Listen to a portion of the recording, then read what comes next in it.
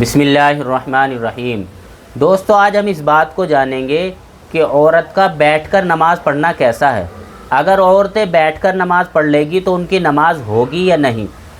کچھ عورتوں نے بیٹھ کر نماز پڑھنے کی عادت بنا لی ہے، یا ایک رکعت کھڑے ہو کر پڑھیں گی اور باقی نماز بیٹھ کر پڑھیں گی۔ تو دوستو یہ بات سمجھیں، فرض اور واجب نماز میں قیام یعنی کھڑے ہو کر نماز پڑھنا فرض ہے، مردوں کے لیے بھی اور عورتوں کے لیے بھی۔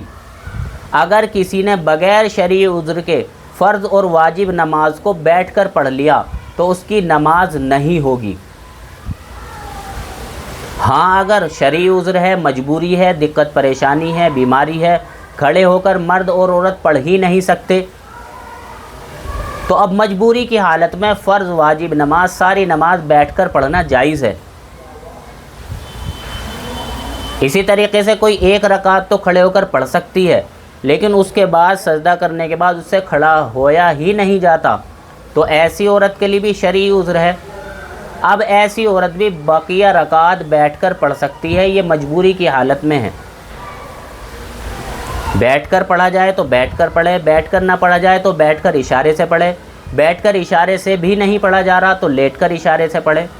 بتانے کا مقصد یہ ہے، فرض واجب نماز بغیر شرعی عذر کے بیٹھ کر پڑھنا جائز نہیں ہے، ادا نہیں ہوگی۔ ہاں، مجبوری اور شرعی عذر ہے تو بیٹھ کر پڑھنا جائز ہے۔ اب سنت اور نوافل کو سمجھیں۔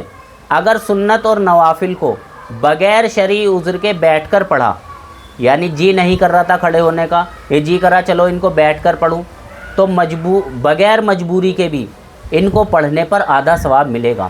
اور اگر مجبوری کی حالت میں ایسا کیا ہے، یعنی سنت نوافل کو بیٹھ کر پڑھا ہے، تو اب انہیں پورا ہی ثواب ملے گا۔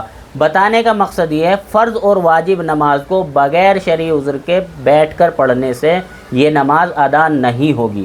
اللہ تعالیٰ صحیح سمجھ کی توفیق نصیب فرمائے۔ وآخر دعوانا ان الحمد للہ رب العالمین۔